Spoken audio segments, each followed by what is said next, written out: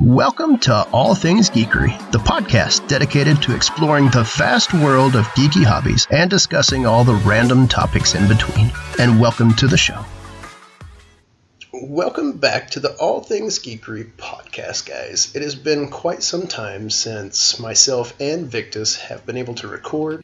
We've had quite the busy schedule lately, especially myself, and Victus has recently had his first child. And it's been quite the wild ride for both of us. So this is the first official ATG podcast of 2017, and we're getting back together to discuss Destiny 2 and our potential wish list of things that we would love to see that would come back to the game. So let's jump into this. I'm your host, Iogro, and my co-host, Victus Darkaero. And like I said, he is back for the first time, so let's jump right into this, guys. We want to welcome all of you to the show. Thank you so much for joining in with us, and we appreciate all the support. So, Destiny 2, it's coming out this fall 2017. We have almost a year to wait for it. It's gonna Well, at least we hope a year. Yeah, at least. If we know Bungie, there could be potential delays. I'm pretty sure there will be because they're just known for that. But wish list items, there are so many things to talk about. I don't even know where to start, honestly. I would have to say some wish list items. I think it's going to cross over between what we get right now and what we want when it actually comes out. I think those are just going to be a big cross, and that's I think a lot of people are in the same boat right now. You know, the clan that we've got, the people that we watch, the people that we play with. You know, I really do have to say I think the fixes that are coming with this new hotfix, the 2.5.0 something or another, is going to make a lot of people happy with the weapon balances and the fixes to the meta inside the Crucible. I think that'll probably give people a little freshness inside the Crucible since we don't have a lot of content right now to actually play. We've got the Crucible, and again, there's still a lot of people that are new to Destiny. There's a lot of people still coming in for year 3. And there's a lot of people, we've even got one in our clan who played a lot through year 1, and then, you know, life happens. He took a break and didn't play anything through all of year 2 and has just now come back to year 3, and it's a whole brand new game to him. He was quite surprised with all the changes. Yeah, I mean, I've talked to a lot of people, and they're pretty hardcore. They've got into it. Every expansion, they're hitting max level like week 1. You know, and then after that, they're maybe going out and collecting stuff or collecting the new exotics, and that's it. You're done. I mean, yeah, you can PvP. Yeah, you can go to Lighthouse and in Trials. But again, you know, you do it or you don't, and then that's it. You know, come around weekend, you haven't played Destiny because you've done all you can. You're 400 on all 3 tunes. You've got all or 99% of the exotics, and now we're just kind of all the hardcores out there just kind of sitting around waiting. There's nothing in the game right now that has a prolonged grind to it, and not just one that's monotonous. Like, you think about the crafting systems in a lot of the big MMOs; those take time. You can't just 1 week be, you know, max level. For those that have no life, yes, you can. But normal people with babies now, normal people with children cannot do that. And Destiny just doesn't have those type of elements in them that require you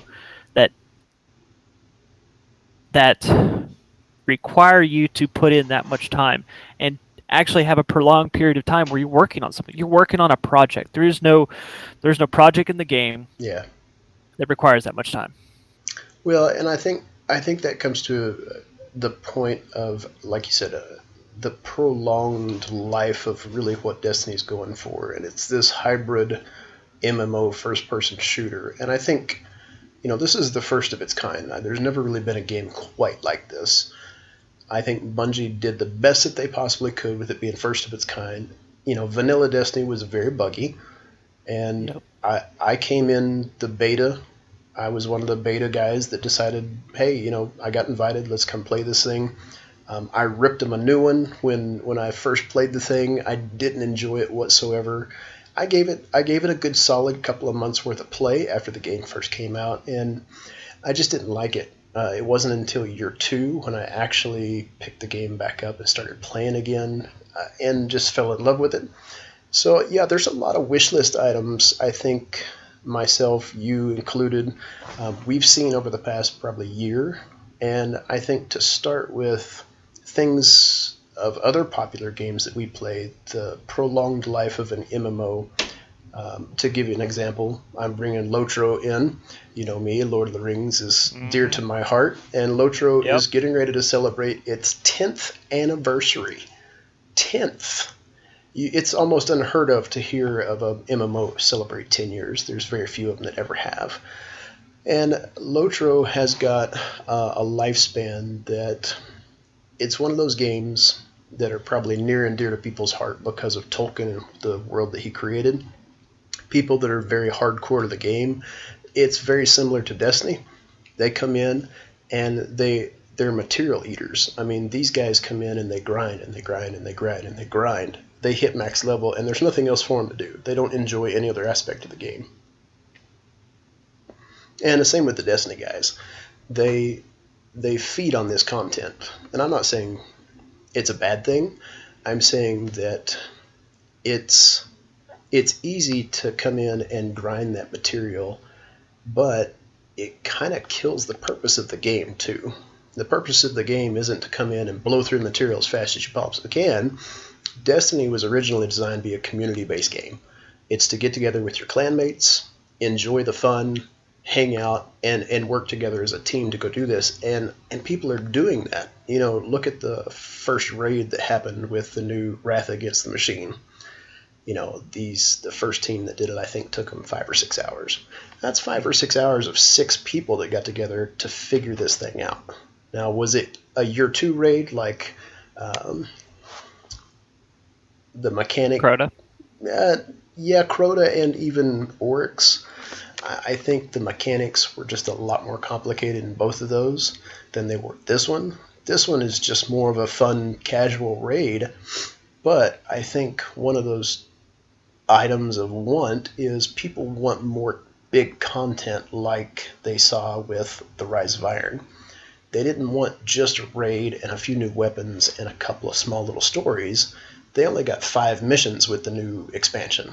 They want it all. They want this big elaborate story that talks about not only what happened to Siva, they want what's going to happen with Oryx and Crota and Vault of Glass and how's all this going to culminate into a new game. But then you've got this whole piece of the lore of Destiny as well. And that's something that Bungie, though they are fantastic at writing a story and creating the lore, I have to compare that to what I know as being a fantastic MMO that does good at bringing lore into the game, and that's Lotro. Now, if you take the lore of Lotro, they kind of had it pre-laid out from a manual. J.R.R. Tolkien wrote those epic books, and he laid that story out for him, and the lore was there. Now, the company that took it and originally created it and gave us the game, they did a fantastic job of implementing that lore into the game and really drawing the player's attention to the lore. The raids, the missions, the crafting, the leveling, all of that was secondary. The story is really what brought people to Lotro, and I think Destiny has been just the opposite. You've got the story of the game, but then the leveling, the raiding, the sucking all the material dry became first, because it's a first-person shooter, and that's what you do in FPSs. You jump in and you shoot and loot. And yes, this is a looter, and yes, you get great gear for going and doing it, but where's the fine balance between I want to make an MMO and a hybrid first-person shooter with this huge lore story in between, but the only way we can get to it is through Grimoire cards. So I think my first wishlist item is bringing the lore to the story and making the story more about the aspect of gameplay and really bringing the player to the game, to whereas the players are now, they're involved with what the lore is, they're involved with the creation of this story, instead of I'm just going in to play a first-person shooter. Well, yeah, let's imagine a Destiny where instead of having the grimoires, which are, if you add up all the lore that's in the grimoires, massive amount of information, massive. But let's think about a Destiny where the grimoires were accessible in game. You had a database. You Yeah. had a database you could go to in game, and at any time you could pull up your grimoire cards and take a look at them. I just I just unlocked a grimoire card for my icebreaker. Okay. Oh, look at the lore about the icebreaker, or a little snippet of a saying from one of the titans that created it, or guardians that created it, so on and so forth. Then you get to understand it. You just go, oh, another exotic, put that in the bank. It Yeah. has some weight to it. Yeah, it's not just another item to go get. Or, oh, another grimoire card. Whoop, that's plus 10 on my grimoire score. Yay. Right. So, I agree. I agree with you there. I think the need of the feed of people that play the game, and I mean feed as in, they gamers are kind of like vampires. They play it until it's sucked dry. They really do. Myself included. There is almost no game that has ever been created that was meant to be a everlasting experience. There's always an end story, potentially. There are some games out there that just, they don't end. And some of those, like MMOs, they continually create stories and they bring out expansions and they bait the hook and people jump on board. And that creates some of those wants and needs from other people because they have, oh, this is what I want in the game. And sometimes the gaming companies listen to those forums. They read and see what the people are actually looking for. And I respect that about the gaming companies. Like you said, for people that are just out to go loot and shoot, and I think Destiny's a great game for that. But I think the people that are really intentional about the stories, and you think about some of the content creators out there that really dig into those grimoire cards, to have a database, like you said, to go dig into that, to be able to create those kind of stories that we latch onto. It was almost like reading a book that really draws us in and makes us feel like we're part of those characters. I don't know about you, but I'm kind of attached to my characters that I made in Destiny. Just like my characters inside Lotro or any other MMO that I've created. You kind of make an attachment to some of those because you create them, and you form them, and you shape them, and you play with them. And, I think one of those things that a lot of people inside Destiny want or need is that community. So wrapped around the community base, I think Destiny's done an okay job so far, but I think one of their biggest lacks inside the game is focused on the communities on the inside of the game. They've got forums and stuff for people to talk in. They've got apps and stuff that they can get a hold of. But like you said, if there's some type of database that people inside the actual groups can get a hold of, or if when they're actually inside the game, they have some type of community grouping that they can get together with, and they can actually do an in-game LFG that's not inside the Xbox app, or they're out on Google and they're typing in something. They can actually be in the game at that point in time. One of my biggest wants, I don't think it'll ever happen, but it would be sweet if it did, would be clan vault spaces. Instead of just a personal vault space, if your clan had a vault space.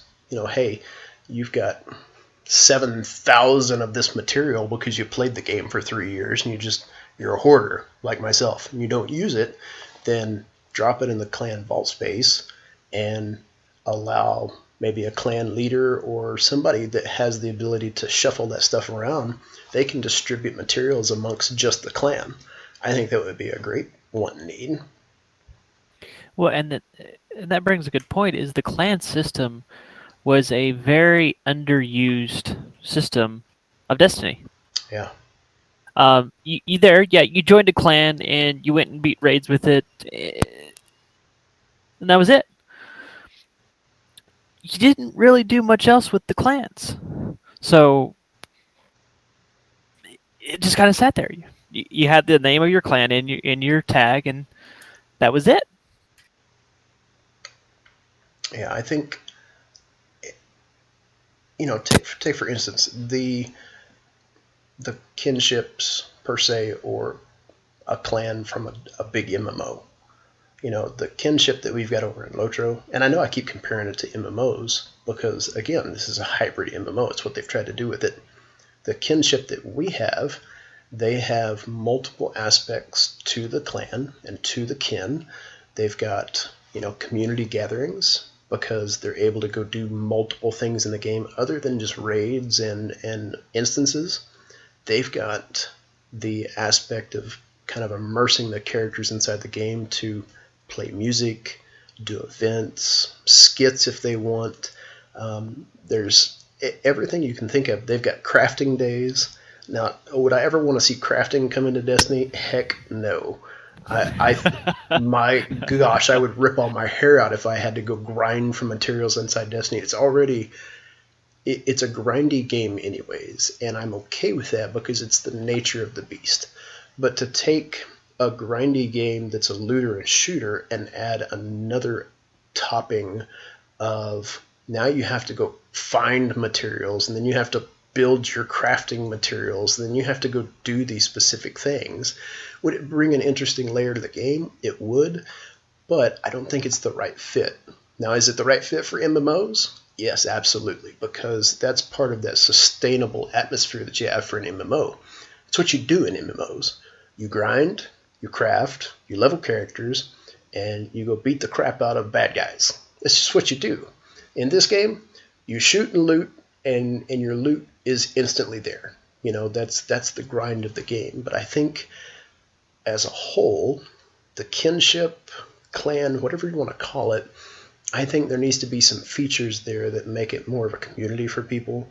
The actual system that we use to invite people, the community level that we use to communicate with people, the sharing of stuff among people. I mean, for goodness sakes, I have got like 5 of every weapon you can possibly think of in my vault right now. Why? I don't know. I stick things in my vault, I forget about them, and I don't ever use them.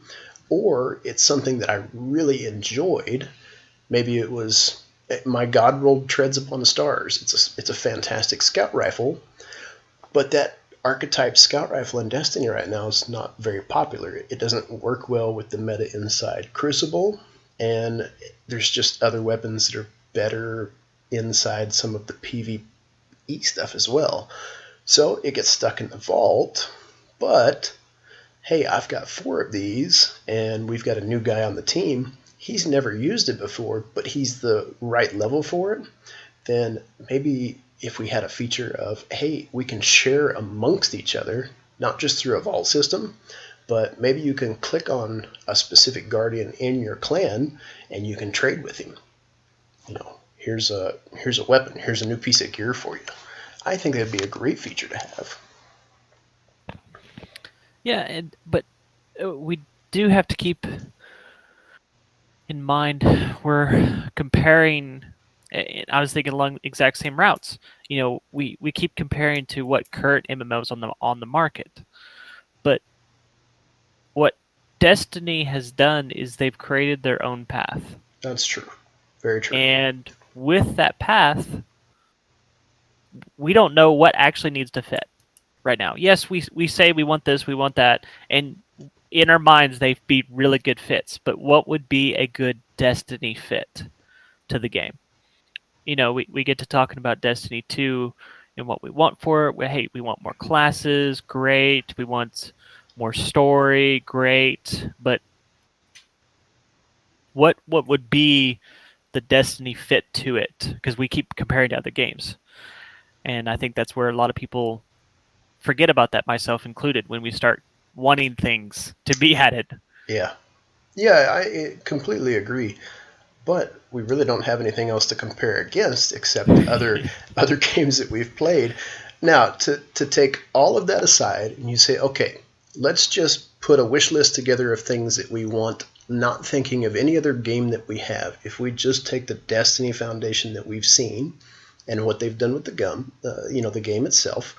If you look at it, you were a Destiny 1 player. You came in at vanilla just like I did. So you got to see the foundation of the game and how it morphed and how it changed. And for goodness sakes, I wish that people that play the game now could have experienced Destiny 1. They should have been there for year one. There was no such thing as going to the Vanguard Crucible guys and bartering for materials. You couldn't go use legendary marks. You had to go find that junk in the world. And here was the funny thing is, oh, you need more spin metal? Well, go farm it for 4 hours. And guess what? That was probably enough to upgrade one thing on a weapon. That wasn't multiple weapons. That was one weapon or one piece of armor. And that type of grinding right there really, that kind of facets exactly what MMOs do. You go grind iron ore for 4 hours and you make enough for a full set of gear or something. That piece I do enjoy. Did I enjoy it in Destiny 1? Heck no. I wanted to get out there and shoot and loot. So I think, taking all other games aside, the first 3 things that I would love to see in Destiny: 1, I think the weapon systems that we've got right now, I think need a complete overhaul. I really do. I think we've got some amazing weapons inside our exotic list that we've got, but there's a lot of exotic weapons that aren't used because they're trash. They don't fit well. They don't play well. They've kind of been broken over the years. They've been nerfed to the ground. They've been buffed in the wrong ways. So I think bringing some of those exotics weapons back into our loot categories, where we can start using them and go, wow, did you play with that gun the other day? Did you see how it worked and how it felt? Because if you look at most of the legendary meta weapons that are out there right now, they actually outperform the exotic weapons. It's just the way the balancing has happened. Yeah. And I think the same thing has happened with our exotic gear. There are so many pieces of gear inside the game, it's not even funny. But a lot of the exotic armor is just outdated, it's old, it's rusted. The perks on it don't even work well anymore. Take for instance, there is a pair of legs for the Titan, and I can't think of the name of them right now, but the perk on them is they give you a boost to your shoulder charge while you're in the air. How many Titans do you see inside the Crucible jumping all day long to shoulder charge people? Right. You're not going to find it because it's outdated, it's old, people don't use it. So I think Destiny as a game, Bungie needs to come in and say, all right, here's the usage of people and what they're doing with these things. Either give this stuff an overhaul, get it out of the game and give us something new to replace those items, or just rehaul the item and give us some different perk levels within armor.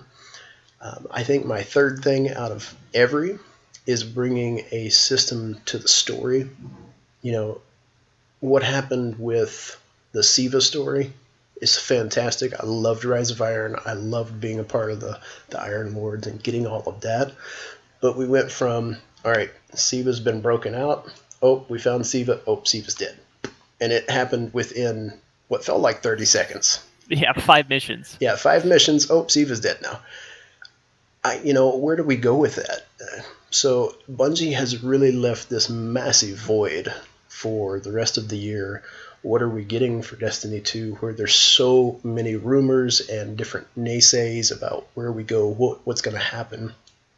And then we do have some of the DLCs are going to be coming out. They have promised that the live team is working on more material throughout the year than we will be seeing come to us.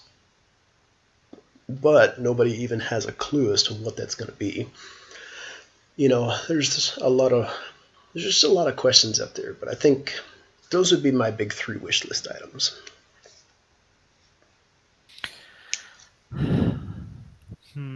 So it's kind of hard to break it down to just 3, but because we could be at it all day. I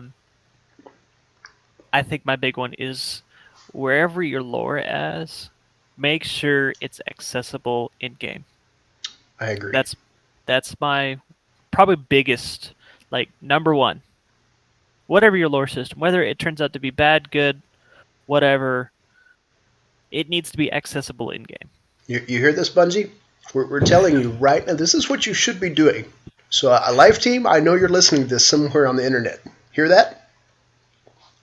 Yep, this is what should have happened day one on Destiny. Really should have. And I think that would have helped out Destiny 1 with a lot of the criticism that it was getting. So, number 1, that. Number 2, more classes. I think limited down to 3 classes kind of hinder them in their full ability of what was there in lore. Yeah, I agree. How they're going to fit more classes in now in the structure? No idea. Yeah, I have no clue how that would even work. Because you got a pretty firm foundation that there are 3 factions, basically. The Warlocks, the Hunters, and the Titans. Well, now, hang on. Now, coming from a lore guy, there's actually more factions than just the 3 that we have right now. There was another faction that was originally part of the group, and there was I believe he was a Titan. No. He was not a Titan. They just called him a Guardian, but his name was Lysander. And he did have a faction that was part of the Vanguard, but he was corrupt, and he actually became rogue. So I think there was originally more than just the 3, but what we see in game right now is just 3, and I could go on and on and on and on. But Right, and I think I used the wrong terminology there. Not so much like Future War Cult, but classes. The classes, yes. 3 classes, and that's what I was meaning, because you have your Hunters, which are specialized, you have your Warlocks, which are specialized, and you have Titans, the defenders of the wall.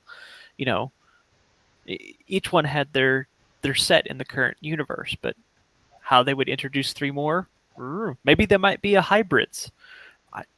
That might be really interesting if that were to come into play, but something more.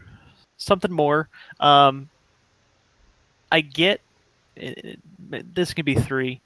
I get why they limited it to just 3 characters, because there was only 3 classes you could pick from, but that seemed like a very unnecessary limitation on just being able to create 3 characters to do that. Ties into, I assume, their limited server sizes. Yeah, so I think that was probably one of the leading factors. And that makes sense, but then that ties into, let's say, request 3.5. Bigger community areas, more community areas. Yeah. Let's, instead of just having availability of 16 people or however it is right now, let's have a tower full of people. Let's have a reef full of people. I get it. Small area. You had a couple vendors there. Yes. Let's get more. Let's have a full, live, energetic community running around, all different types of people. It brings some life to it. Yeah. Instead of every time you warp in, you find guardians that keep messing with the big purple balls in the tower. Hey, I like kicking the soccer ball around the tower just like any other guardian, but I do agree. Yep. That's one of the most annoying things is, hey, come join me at the tower, and you join them. Oh, tower's full because only hold 3 guardians at a time, right? Right. Granted, I know server space is a premium, and you got to have the blades to be able to do it. But look, there are lots and lots and lots of other gaming companies that have made social spaces inside games hold hundreds, if not thousands of people at the same time, and they're all within layers upon top of layers with each other. Now, granted, we're working on consoles, we're not working with PCs, and that could bring in the whole battle of, consoles are better than PC, PCs are better than consoles, but that doesn't change the technology that's used on the back end with it. The PC gaming, your hardware that you use on the front side may be a lot different, but the back-end blade servers and the technology that runs that is the same darn thing that you would play on the Microsoft Xbox or the PlayStation. It doesn't matter. So, I do agree. I think there's definitely a lot of stuff coming in. There's definitely a lot of wants and wishes, but we shall see what Destiny 2 brings us in the very near future, hopefully.